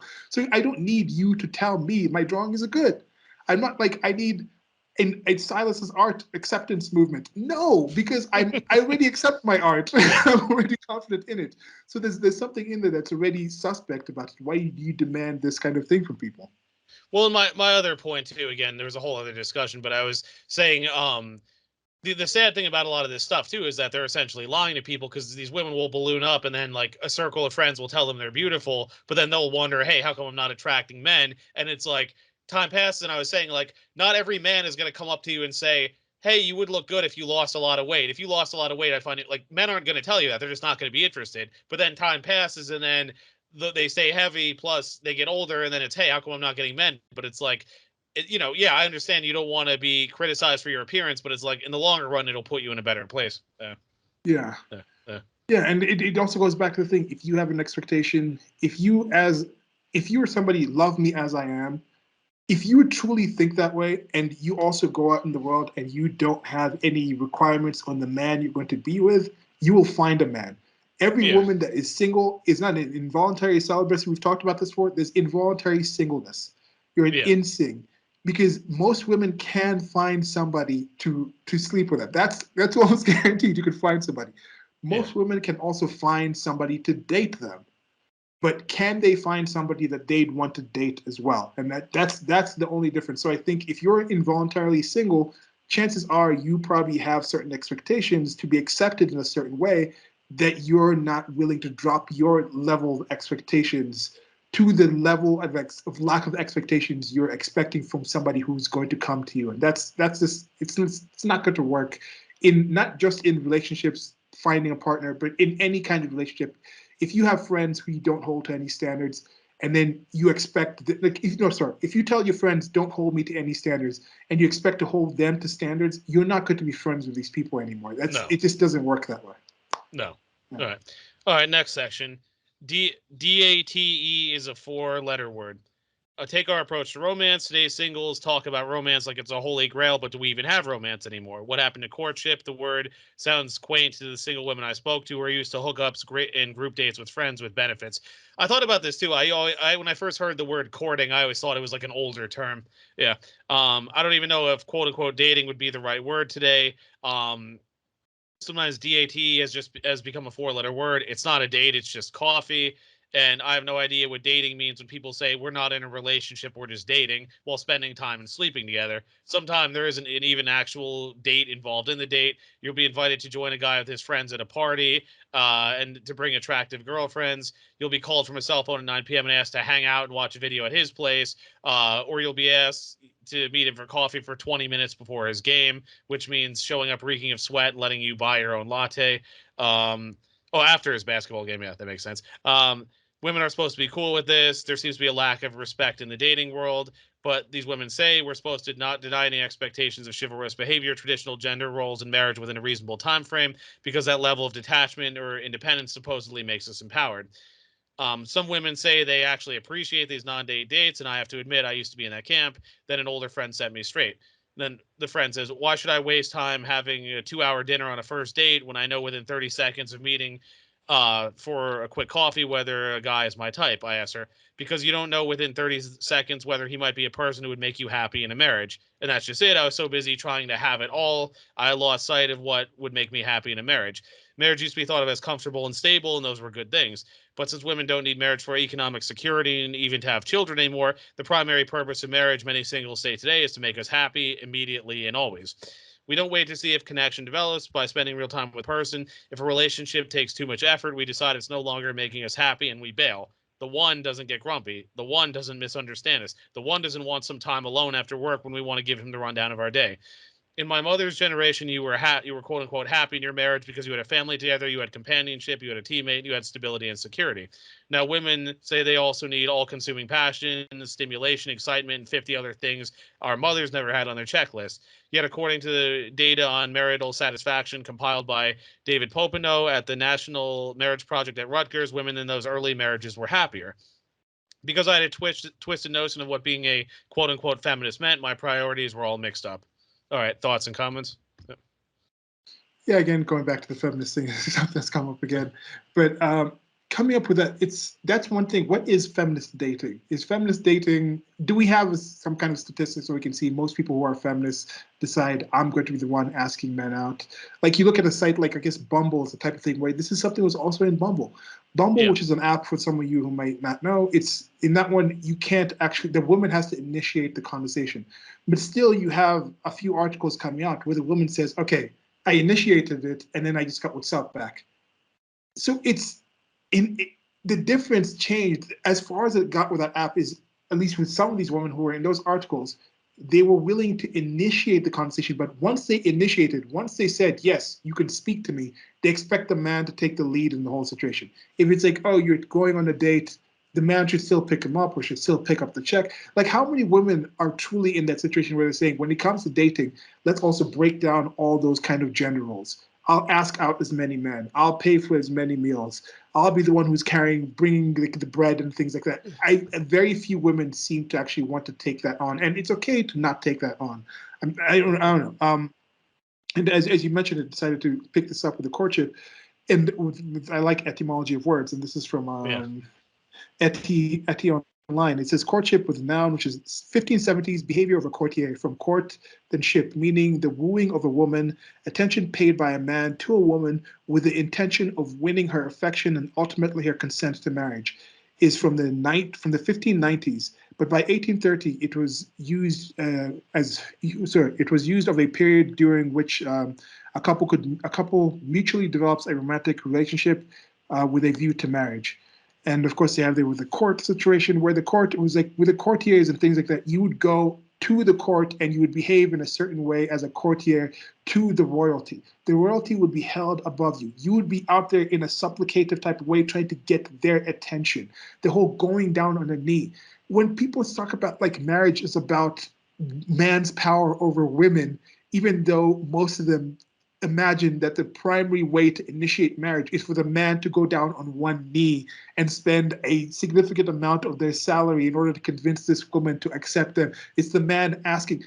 How can people not see that this is a relationship with different sorts of gives and takes between a sexually dimorphic species, and it's not just the men have power over this? It's I don't get this. Why are people so Well, why? that's a joke about women complain about equality. It's like, do you object to women and children first into the boats? It's like, Yeah. no, I don't think. Yeah, it's like, do you want women to be drafted? That's been coming up lately, and it's like, okay, then don't complain that you have it so unfair if you're not being asked to fight and die, but the other sex is. I mean, Yeah, uh, like when you yeah, talk about romance, when you talk about this kind of thing, how many of these romance books is it the woman coming up with different kinds of ways to write to the man and different kind of ways to appeal and show them this kind of thing? It doesn't really seem to be a thing. So when people seem to decry romance, it's when women seem to decry romance, it's more that what are men not doing for me anymore? And when men, and this could be a bias, when some men seem to decry like the past, it's why are women no longer a person in their own selves? Like the standards of who the women are is different. Whereas I think a lot of the complaints that you have coming from women is men not doing things for them. yeah, Yet I think with men, it's like women not being as appealing as the imagined kind of person that they think. Because yeah. I don't know. Like Well, the well, well courts. we'll get into this more as the book goes on, but she sort of Okay. got at it here is that a lot of these women, like with my mother's generation, it's like, oh, I want a guy who like is decent looking, makes a certain amount of money, like is loyal to me. That like there's a few things, but like what she's getting at is like the one has to be 100%. Like he has to be fun to be around all the time. He has to always pay attention to me. He has to have all my interests. He has to, it's like it's this list of like some perfect being, and like that there's some perfect being out there for you. And I think what she's getting at, and again they'll get into this later, is that the older generation had that realistic view of, okay, this is a companion, this is someone who compliments me, but they don't have to be 100% of what I want. I can still have friends and other things to, that I can, things that satisfy my other needs and interests. Like I was talking to a friend's parents, and they were saying how like they like different TV shows, but that's the thing. But then they bond over other things. It's like you don't have to have a partner who satisfies 100% of your needs, but somehow that became the standard for certain people, women especially. Yeah. That is an interesting thing because yeah, what are the things that why do people seem to care about these things? And again, we look at the past. What was the definition Yeah. of happiness back then? And I think is contentedness is something that I think is more subjective, more objective than happiness. I think happiness is such a subjective thing where it's like, if I've been in pain, if I've had like constant pain, if I've had like a big abscess in my mouth, like a tooth, like maybe I'm constantly in pain from that, then I get like that fixed, but I still have like a cavity. I could still be happy that I don't have that pain, but I'm not content yet that I don't. I'd be content in a situation where if you didn't have any of them. So I think maybe contentness, people in the past were more content because they had more realistic of what they're actually expecting out of life. But Lower requirements for satisfaction. It's like, yeah, oh, a spouse is these things, but like I accept that they're not going to be every single thing I want. Whereas there seems to be this attitude. Again, the book gets more into this as time goes on, but like a partner that has everything I want, and it's just like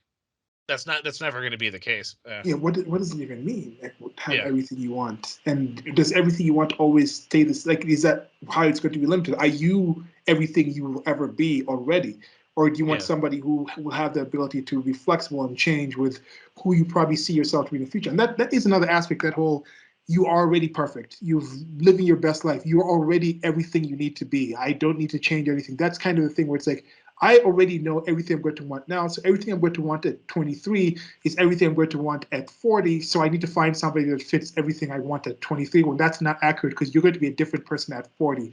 And I think that's part of how people like handicap themselves in this. yeah, And one of the things also, we're talking about this courtship type of thing. In relations, men seem to be the ones who propose and then women dispose in type of situation. Then you look at other fields where women have now been entered, like colleges and things like that, used to apply for colleges and things like that. It was when mostly men, and men are used to that application process of getting rejected and things like that. Are women as strong into actually getting rejected from applying for jobs, applying for schools and things like that, or they just want to be accepted into certain places? And you see certain places where they had certain requirements in order to actually, you have to do X, Y, Z in order to be able to achieve this kind of thing on merit based. Yet when women enter those fields, they seem to be some drop on the standards where they expect things to just be awarded and given to these kind of positions because competition is part of patriarchy. It's part of some kind of bias, a type of thing. It takes away people. We need equal representation for certain groups, whereas the process of asking and proposing and achieving certain standards that these people want from something that you want before they actually accept you in is, I think, something that's a lot more common, especially in the relationship kind of process for males. Yet for females, it's not necessarily something that they're used to. They're used to people proposing to them rather than them being the one actually saying, hey, can I apply for this job? Can I fit this job? Can I get into the school? Can I do this? So maybe there might be some aspect in there. yeah. Some of the manosphere guys have talked about that because men go up and approach women, so men have to figure out, how do I appeal to women? How do I stand out? How do I differentiate myself from the other guys? What do women want? All this. But if you're a pretty woman, guys are just going to come up to you no matter what. So like, there's no incentive to ask, what do I do to please men? Then if I want men of a certain caliber, well, they're going to have different requirements than like an average Joe on the street. But the thing is, because they're used to being approached, there isn't that self reflection of, okay, maybe if I want men at this level, I have to do these things. And that goes to my earlier point about like, you have to offer more than just sex, because if those men have all these women offering themselves, why should he pick you out of the other how many women throwing themselves at them? Uh, Yeah. yeah. Yeah. All right. Next section. What did you have another point, or should I just go? No. Okay. All right. What should a woman want? Um, Caroline, a 33-year-old fashion buyer, told me that she considers herself a feminist, but still wants a quote guy to be a guy. Um, I don't need a guy to take care of me, but I wouldn't want to be with someone who couldn't. I want to have a career when I have kids, but I want to have the option not to work if I change my mind. Now, when she was asked about what she looks for in a relationship, she talked about romance and passion and chemistry, but none of those practical things would give her the option not to work. Then there are women like the college classmates um, who, when they were dating, got offended if they were disqualified as relationship material by a guy who wanted to marry a woman who would stay at home with kids. They felt that these modern seeming guys also wanted a more traditional family structure. Um, they reduced the number of eligible men even more. Yet, to their surprise, most of these same women ended up becoming very happy moms who work part time or not at all. So, they say, "Oh, I don't want a man who wants me to stay at home," but then they end up doing that anyway. They weren't as progressive as they once believed themselves to be, and they were glad they weren't expected to bring in half the family income. In 2006, New York Times column, John Tierney wrote that whereas the age-old question used to be, what does a woman want? Many feminists instead ask, what should a woman want? He went on to cite a study by two University of Virginia sociologists, Bradford Wilcox and Stephen Knock, who looked at the question of what makes a woman happy in their marriage nowadays. It turns out the stay-at-home wives were more satisfied with their husbands and their marriages than working wives, and then even among working wives, those who were happiest had husbands who brought in 2/3 of the income. Women today expect more help around the home and more emotional engagement from their husbands, but they still want their husbands to be providers who give them financial security and freedom. And that was exactly my earlier point about they want traditional men, but they don't want to be traditional women.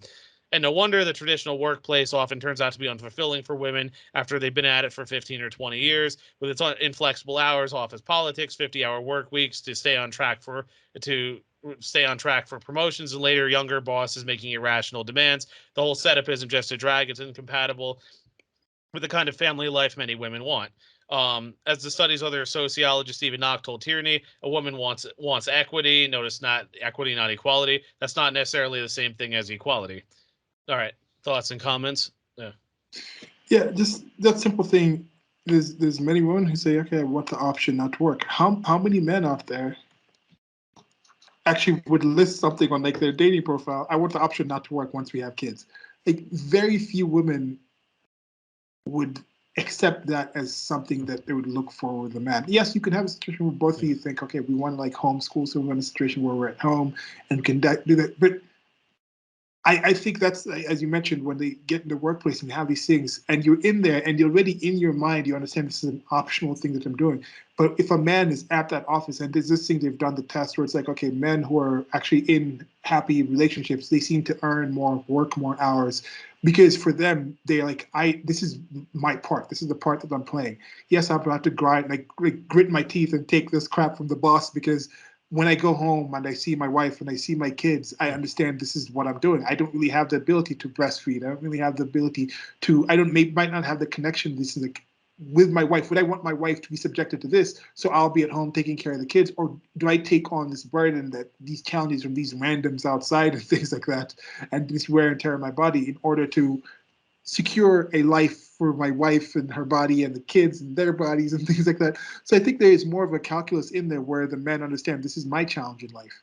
Whereas for women, I think it does get to the point where they're like, I don't have to take this. It's Yeah. optional. And just whenever you have options, chances are you're not. And this is the thing: the women seem to understand younger when they have options. If a guy has a hair out of line, like I got options, I'm bailing. But they don't understand that when you get older and you have the option of working with these people versus being at home with the kid that you love, it's not saying that it's easier, it's a whole different challenge.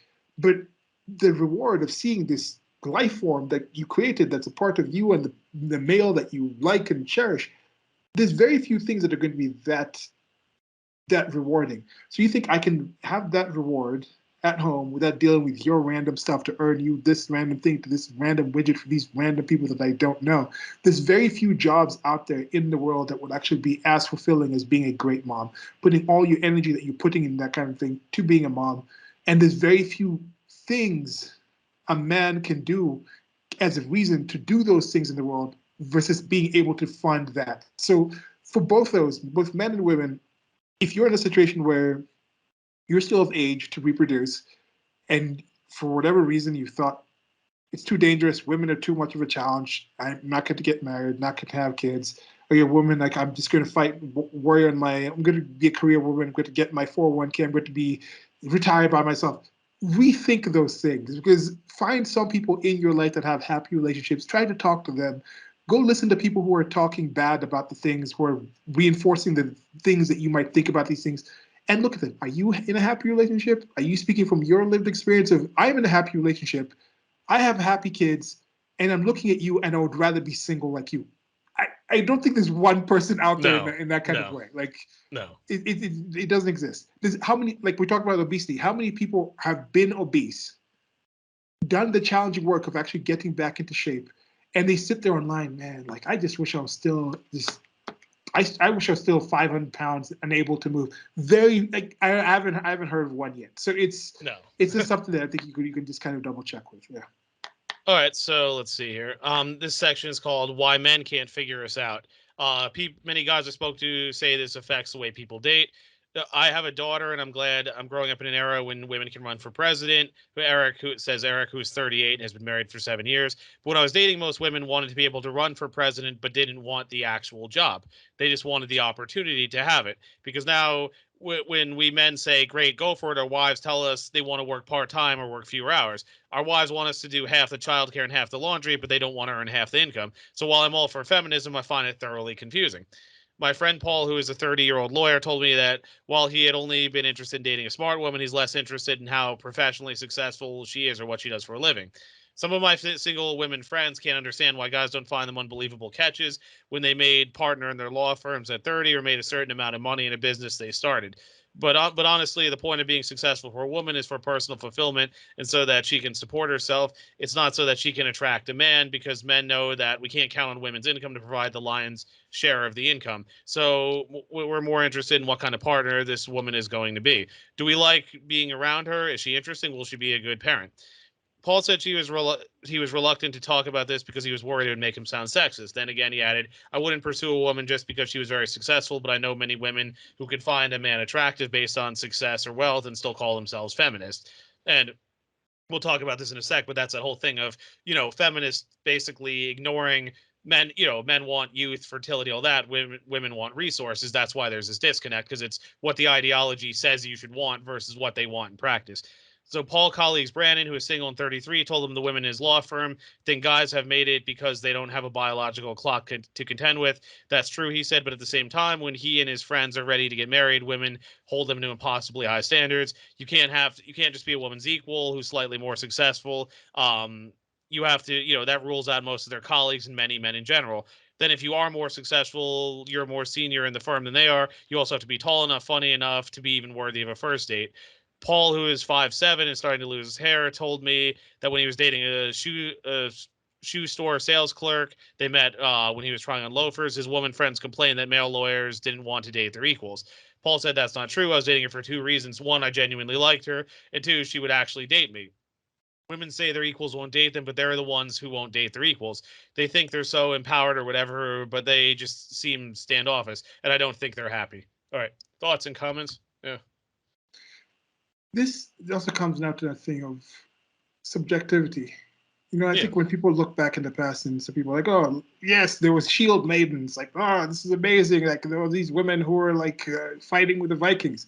Like, what was so amazing about raping and pillaging? Like, Yeah. why are you so happy that there was some women supposedly, oh, this woman was buried? I'm like, nah, I mean, if anything you look in the past that a man did in achievement wise out in society, many chances they did it because they had a woman they were supplied for. They had mothers, they had sisters, they had people who were supporting them to do those things as well. I don't understand why some people aren't just happy enough with that, especially when it comes to women. And maybe it's because the women are attracted to what the male did. So somehow they put a higher standard in that and they want to see a woman in that position. Maybe they can project themselves as being in that position. Because, like, what's so amazing about running for president? What's so amazing about being a president? Like, why is being a president so amazing, but then being the mother of a president is not somehow amazing as well? Like, it's a weird type of thing because, like, okay, this is the first female vice president. Well, every vice president has had a mother. Most vice Yeah. presidents have had wives. So why wasn't that still something to be enough for people? Why do they have to have that position as well?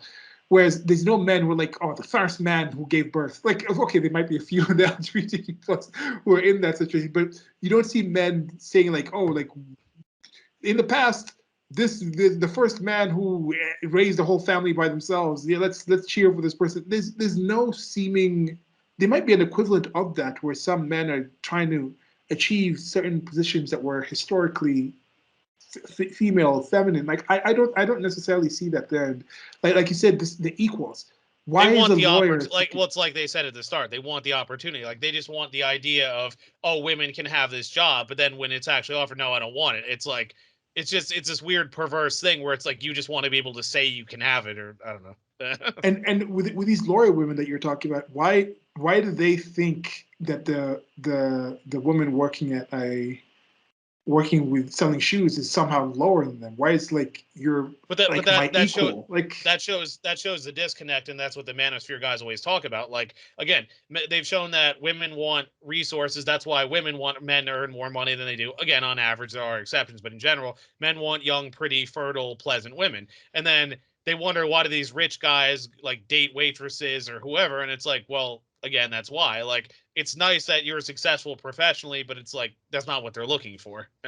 yeah, and I also wonder why are they looking down on the waitresses? Like Yeah, there's some of those same people, those same feminist things. Like a woman shouldn't be judged by like a woman yeah. being a woman is enough. You know, they say just womanhood is amazing, and then some of those very same women be like, oh, you're just a waitress. I'm a lawyer. I'm like, hey, Or like, they'll or I what think they'll it's do what the they'll same do is they'll defend the women, but then they'll criticize men for being in those roles, like, oh, they're beneath me, they're not good enough. But then, oh, don't shame the women. But it's again, we're not shaming those women because we're looking for different things. Whereas you're saying you want a guy who earns even more money than you, but if you're already earning high five, low six figures, that's going to rule out a lot of guys because average income is still median income is still 50K or something. yeah, yeah. That's a situation of projecting your standards. Yeah. Yeah, All right. So yeah. next part. All right. All right. So next section is called "Empowered or Alone." Um, Paul might be right. I grew up interpreting feminism to be this idea of empowerment. We weren't supposed to be just strong and independent, but we're supposed to be happy about it. We can't be happy in a relationship till we learn how to be happy alone. So the author says she went along with these notions, but deep down she didn't want to learn to be happy alone. No matter how much fulfillment she found in her life through career, friends, later a child, and still a good career and friends, she always wanted to go through life with a partner. She wasn't someone who tore out pictures of bridal dresses and thought about her dream wedding. Um, but she took it for granted that it would happen. It never occurred to me that my life would include the husband and the kids on the little tykes sliding in their backyard. So I wasn't trying to be a trailblazer having kids on my own. I simply wanted to be a mother before it was too late. Um, but the fact that at 40 I outed myself in the Atlantic by saying that I craved a conventional family with a good enough guy put me in the category in some people's minds of the being the kind of woman who wanted it too badly. And according to some readers, I was nothing short of an affront to the entire women's movement. And then there's all these. She goes through all these comments about like, could you be desperate? You are positively tragic. Get some self esteem. I feel sorry for you. All this stuff. Blah blah blah. And she said somehow post Jane Austen, it's become shameful for a woman to admit how lonely she is and how strongly she wants to be part of a traditional family. What kind of educated, sophisticated woman with an active social life has time to get lonely? You're lonely, get a life, get a promotion, get a hobby, get a haircut, you go, girl. And then she goes, I remember seeing a group of women on a morning TV show discussing that they'd rather be alone than being with Mr. Good Enough. Notice she capitalizes Mr. Good Enough reference to the title. Would they really? They'd rather be 40 years old and be going to bars with a group of female friends who are all looking past them for Mr. Right to walk in the door. None of the women on the show were movie star attractive, but a fact that didn't shake their belief that they'd land Prince Charming. One even said she'd rather be alone because you never know when you might find true love. Maybe you'd find it in the nursing home. The nursing home. Would she really want to be single until she's 80? Even then, she didn't realize she'd have more competition for the single man who probably has Alzheimer's in the entire retirement community than she has now. Um, my 29-year-old colleague told me that while she'd like to go through life with a partner, she doesn't want to have to change for anyone. Here we go. But is that empowerment or inflexibility? Isn't change integral to compromise in being in a mature relationship? Has girl power made us self-absorbed poor partners? Um, it's probably no accident that once a woman adopted this "I don't need no man," many of us were left without men. And then in a 2007 article entitled "Who Needs a Husband," she says in parentheses, "On me." Sex in the City's Sarah Jessica Parker is quoted as saying, because women don't have to rely on men for financial support. My friends are looking for a relationship as fulfilling, challenging, and fun as they have with their girlfriends." And she says, "What an idiotic idea. No matter how much I enjoy these friendships, I don't want my marriage to be like my relationships with my girlfriends. I doubt very many of us would. Factor in your girlfriend's emotional requirements, quirks, mood swings. Imagine how fulfilling, challenging, fun it would be to live with them 24/7 for the rest of your life. Your girlfriend may listen ad nauseum to the mindless minutiae of your day, but is she really going to be the person you want to raise your kids and run a household with?" In that same article, one woman, a 32-year-old media producer, explains that she ended up she ended a 7-year relationship with her investment banker boyfriend because although she totally adored him, she felt life with him would be too limiting. She wasn't happy because she didn't think she could retain her spirit, yet she adored him enough to spend 7 years. So what's going on to this woman 10 years from now when she looks back on this decision? She might want to listen to what a 49-year-old single woman said in this article. There was a point where I had men coming out of my ears. I don't think I was so nice to some of them. Every now and then I wonder if God is punishing me. Sometimes I look back and say, I wish I had made a different decision there. Another woman is quoted as saying that she can get her sexual needs taken care of without marriage. So what? In a Time CNN poll in the article, 4% of women who said they want, sorry, 4% of women said what they wanted most from marriage was sex, while 75% said it was companionship. Can she get that need easily taken care of outside of marriage on a daily basis and for the rest of her life? All right. Thoughts, comments? Yeah.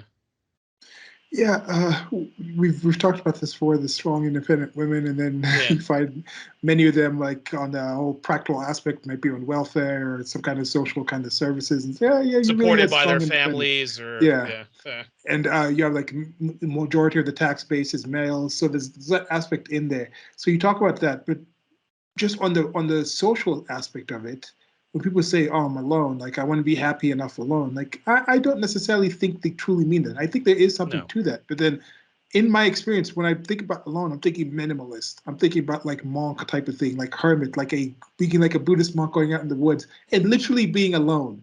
But many of these people, what they mean alone is, oh, I'm going on like trips with my girls. Like, oh, I just go to like this Europe trip, like my wanderlust, living my best life, traveling to this place, meeting these kind of people. That's not being alone. You're just No. having experiences. That's, I don't say it's more like selfishness, where um, you're just you're so focused on yourself and your own wants that you don't even think about what what you might need in the future. So that's not being alone when you have that kind Well, of, because people say I'm alone, but I have all these 50 friends.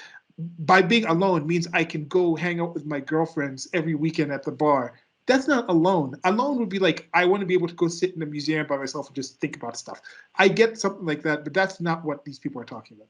well, what I was going to add to that is it even illustrates the idea in Austrian economics of low versus high time preference. Like high time preference is like, oh, you want to go to the bars with your girls, have fun in the here and now, whatever. But what's the long term trajectory of that? And the author even got at that, where she basically said, it's like I'm looking forward down the tunnel of the time. Do I still want to be at the same bars with the same friends, having the same conversations years from now? Or if I know what I know now, would I rather be with the guy that I'm raising a family, we're seeing the children grow together, and then eventually they move out, and then we have our life together and all that? Like it's again, it illustrates the point of low time preference. Like you're doing things that may not be fun in the here and now, but longer run are going to bring you fulfillment and joy. Versus, yeah, let's go out and have some fun, some hedonism, but do you just want to have that mindless fun for the rest of your life? I don't think most people would. Yeah, and even when she was talking about the different girlfriends and things, I'm like, you kind of, that already shows that you're kind of suspect in who you're picking. And that's also you change in life. Like Yeah. the criteria that I had in high school, so I guess it might still kind of be the same. But I was always so focused on friendship. I think that's because I traveled around a lot that I became, in my early teens, I was really rather suspect of like friendships. I didn't take things for granted because I said, oh, these people I'm familiar with because I happen to live here. And all of a sudden you move to a different continent and you don't see those people anymore. So there's an aspect in there. But I think with my friends, like if I met somebody that was a lot like you are, like mentally wise and things like that, I wouldn't be put off because I already know Yeah. that Steven is going to be somebody who's going to be the rest of my life. Like when I'd Steven away from him, like no, Steven's already a guy who I'd be happy enough having my kids around. Now you see a lot of these people who are in a situation where I think they're still in the mentality where their friends are not people they would want around their kids. You know? So they're not thinking about building a tribe in that kind of sense. And it's also their friends. If you have friends in that way, if you're around friends who are not the sort of people you'd want to date and be with for a long time, then chances are if you meet somebody that is the sort of person you might want to, they'll see your friends and be like, I don't really want to deal with you if those are your friends. Or if somebody is harmful to you for a long future thing, by your friends not being those kind of people you can see yourself in the future with, they won't be able to tell that this person is actually toxic or this person should be avoided. So I think just from this one, there's just a nitpick on it. And I think people need to do a better job at picking their friends. And once you have really good friends around you, they'll be able to kind of vouch and check and they'll be looking out for number one and you're the number one for them because they're like, I want somebody as stable enough in my life because I plan this person being in my life for the rest of the time. So I don't want them bringing in these big risky people, because if somebody's like, oh, this guy's a drug dealer, he's into these things, he seems, by you saying I want to be friends with this person for the rest of life and I'm okay with them adding this other person, that's very suspect. So I think that's just something people need to think about. Well, I've probably said it to you before, but I always make fun of that. The people who are like, my friends are losers. It's like, well, what does that say about you? It's like Yeah, you choose. Like, I wouldn't call any of my friends losers because I don't hang out with people like that. You know. yeah, Yeah. All right. So there's one more section left. So okay. a little. Okay. So this section is called T for one. Whether we admit it or not, being single is often lonely, especially the time we reach our mid 30s. Many of our friends are busy with families of their own. It's not that women don't feel complete without a man. It's that if no man is an island, most women aren't either. Well said. How lonely it was before I had a son to wake up in an empty house every morning, eat breakfast alone, read the paper alone, do the dishes alone. How tedious it was to do the post date play by play each week, reassuring with my friend there's nothing wrong with her, that the guy was lame, only to have her parrot back the same bland reassurance for the next week after my own dating escapade. How disappointing it was to waste my short time on this planet in a string of temporary encounters when I could be building a lifetime of shared experience with one committed person. How much longer could I spend my time analyzing phone or email messages, wasting hours talking about a guy who'd be out of the picture 3 days, 3 weeks, or 3 months later, only to be replaced by another and another? How bleak it felt to move to a new apartment alone, to shop for groceries for myself, to have nobody to talk to in those intimate moments before bed except girlfriends on the phone chatting about what else? Men. It was so boring. If we ruled out guys because they were too boring, nothing could be as boring as the endless merry-go-round of single life. Having a child in the house changes the specifics. You're never alone. In fact, you desperately crave some solitude, but the longing for an adult partner remains. When I decided to have a child, it had nothing to do with staving off loneliness. It had to do with hoping to find the one without the time pressure of a biological clock. If I was aware enough to know that a child would be no cure all for lack of male companionship, I truly believed in an astounding, naive way that I could simply do things backwards: child first, soulmate later. But as hard as it was to meet the one before I became a parent, I'd anticipated that once you have a baby alone, not only do you age about 10 years in the first 10 months, but you don't have time to shower, eat, urinate in a timely manner, or even to leave the house except for work, where you spend every waking moment that your child is at daycare. There's much less chance to meet a man, much less than the one is going to knock on your door and join that party. And then there's the question of where you even meet single guys once you're a parent. They're not at toddler birthday parties or gymboree. And the few I see at the grocery store weren't exactly looking for a mom singing apples and bananas to entertain the toddler. Um, the loneliness I experienced after having a child wasn't diminished. It was different and perhaps even compounded. It's both single person loneliness and the loneliness of not sharing the little moments of my son's life with the one person who cares about him as profoundly as I do. But saying this aloud makes people uncomfortable. I remember getting an email from a never married single mom like me who told me that when she shared her loneliness on a single mom list, people told her to stop feeling sorry for herself and get a life. One woman even suggested if she was even so happy to put her child in foster care. So I got flamed for saying I get lonely sometimes, this single mother told me, but nobody flamed this other woman for telling me to put my child in foster care. So what's so hard to accept about loneliness and desire for connection? Is there something wrong with our self-esteem? Well, that we're worried about not settling, but then we find ourselves happily unsettled, living in our single person apartments, eating takeout in front of the TV, hoping for a guy to show up and we can settle down. When I asked several women what feminism meant, I got a lot of responses that boiled down having the same opportunity as men. But the more we talked, the more we came up against the fact that our needs and difference that our needs are different and that we might not in fact want the same things. And when it comes to dating, we don't have the same opportunities as men, especially as we get older. This might seem obvious, but somehow I thought I could just have a baby on my own, put my dating life on hold for a year or two, and get back right in the game. I thought that's equality and having it all meant. Then when I was ready to get to date again, I went to a Thursday night speeding date. I was now over 40 and everything had changed. Let me tell you about that Thursday night. And that's the end of that chapter, and that's what the next one will be about. All right. Okay. Hmm. Yeah, so that's a good place to end. Yeah. That's y'all Yeah. come back for the next part, and Yeah. we'll hear more about that date. Yeah. And I think talking about the dating again, that again is something that I think I'll reiterate here again. Is if somebody's applying for a job and there's two people. Somebody has this position, pays $100,000. Both the people can do the same kind of things, and then one person is like, okay, this person's coming in, they're 25. They've had maybe two other jobs in the same field that they had for like right after college. They had like one job, and they were doing some training at this in that same field. Then they actually stayed there for some time, and then they decided to go to a different competitor of that same field that you're in, and they're doing that. And that's their two jobs that they've had in that field, and they're applying for this job. It's 25-year-old. Then on the other hand, there's somebody who's 40. They've been in different kinds of fields, working at one job for 3 weeks, and they go to this other job. They're working different kind of jobs at the same time. They're fired from these jobs. They pick up all these different things, and both people have the same kind of accomplishments. There's a test they take to actually do it.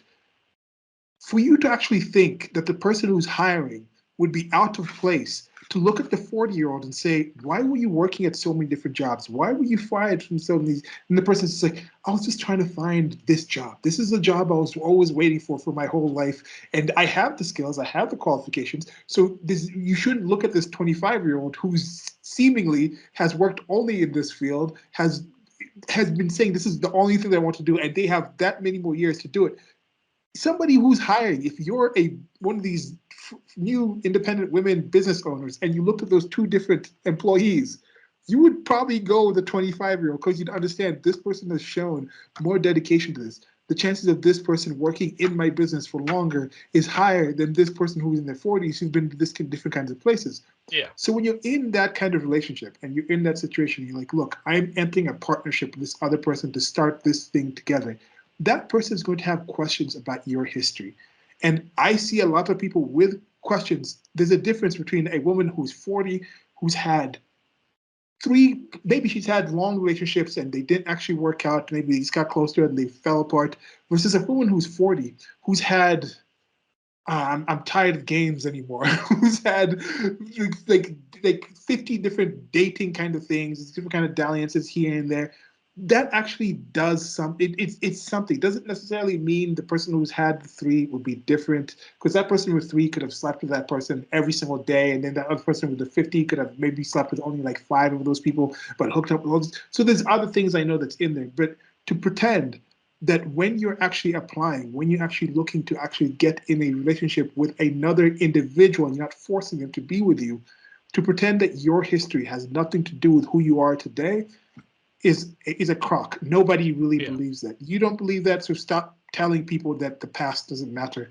We need to just drop that out, because a lot of these people will talk about, oh, we still have a long way to go. Yes, you might be this well, you might be like this now, but men did this in the past. So because of what men did in the past, we need feminism now. If we just say, well, that doesn't matter, I'm not that man. How many people be like, okay, yeah, your past doesn't matter? No, no, no, no, no, no, no. No, no. They actually care about that. Well, I always think I love too what Kevin Samuels always says about he says to women, making men in your present pay for men from your past equals no future. And I've seen this myself where certain women, like, I get you had bad experiences and you're hurt, but then you project that onto the men you're dating currently. And then it's, oh, this woman then it's, oh, guys say I have an attitude. It's like, well, yeah, I mean, if you got hurt by men, I'm, if men treated you poorly, I'm going to criticize it, but it's like you're punishing me in the present because of something someone else did. And the thing is, it goes the other way too. Like, if I were rude to my girlfriend because of things I had with women in the past, she wouldn't want to be with me. And it's like, but it wouldn't be fair to punish her because of heartbreaks I had. And I just think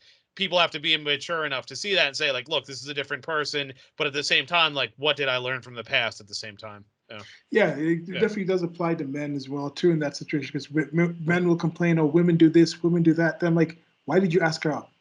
Yeah. Why were you dating her for 3 or 4 years Yeah. without these kind of things? Very few of these situations, all of a sudden I woke up and she just changed and she was just a different human being. It's like, nope.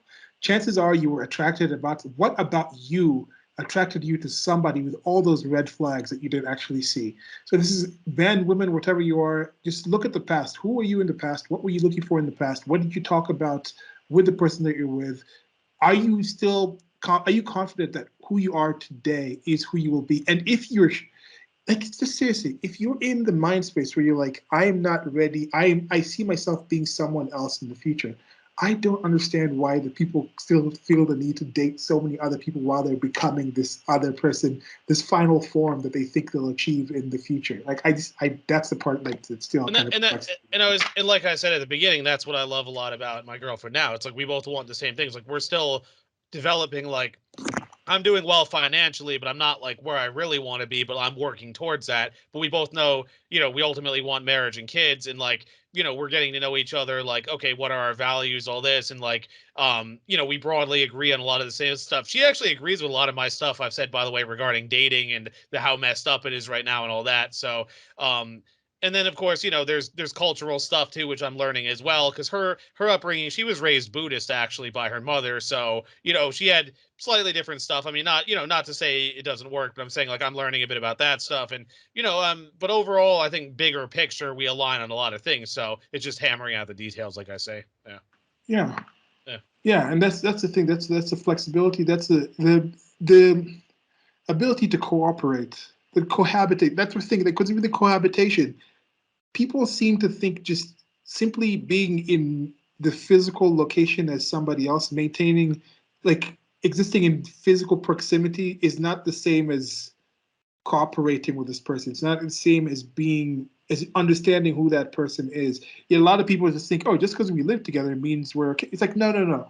You can be pen pals. Like, that's the thing back in the day with the courses, they write in the pen pals, and people would write these stories and know things about this, or you'd write to people's family members and they tell you other things. Just think about this. We can do a lot better with this access to information, access to communication, the social medias and things like this. We can use it as a tool to get to know each other more and know that more things that are important. You can share things. Oh, look, it's an article I like. It's thing. Share it with a person. Is the person even looking at reading the things that you're interested in? If they're interested in other things, try to find out why they're interested about these other things, or the reasons why they don't interest. It's just it's just really it's weird to me how with all this access to information, people just seem to choose to not understand themselves or other people and other. It's a sad kind of state of affairs. I don't yeah. know. All Yeah. right, that's Oh. all. That's all I have. That's all I have. I mean, we had a pretty good discussion. So, I mean, Yeah. So next time we'll pick up with her talking about her speed dating sessions. So, yeah. So we'll do that, and this is part 3, and this shall be out. I don't know when I'll post this up soon, but we have a lot of other content where you're listening to this thing. For some time, I was out of a mic, so we just got this mic. We're still working on the audio, still doing this as a process. It's a growth process. Just like Steve's not the place financially, I'm not where I am yet. This product is not where we are yet, where we can still work on it, but we're going to keep this up. And the book has how many chapters? I think it's like 16 or something. But like I said, some of Okay. these I'm gonna skip through later because it's like, I'm not. Some of it's like her own stories, which I don't feel the need to elaborate again. We can just read the book, but like I wanted to lay out the general principles broadly that she highlights. Okay. Yeah, So probably at least probably five or six more parts at least for yeah, this. So yeah. we'll go with this, but then we have a bunch of other series where we do conversations. They have like one on like Ivory Tower, one on like critical theory and things like that. There's other conversations where we just talk about random things. There's some like food and things. So there's a lot of content you can find if you've enjoyed this. Thank you all very much for actually listening to us have this manversation about this content. Let us know also about how y'all's experience has been in relationships. How if you're married, if you found somebody, how you found that person, how it changed from like the past, or was you somebody who maybe was the first person you ever met. Just let us know. I'm quite interested in that as I also try maybe during this series. Probably not. Just knowing myself, the chances of me finding somebody before we're done with this series is slim to none. But Steven will keep us updated. Maybe by the time we're done this, he'll be engaged. We'll see how it goes. Okay. Anything else you have to say? Nope, that's all I have. All right. So guys, gals, and everything else in between. Thank y'all very much. Bye bye. Thank you. Bye bye.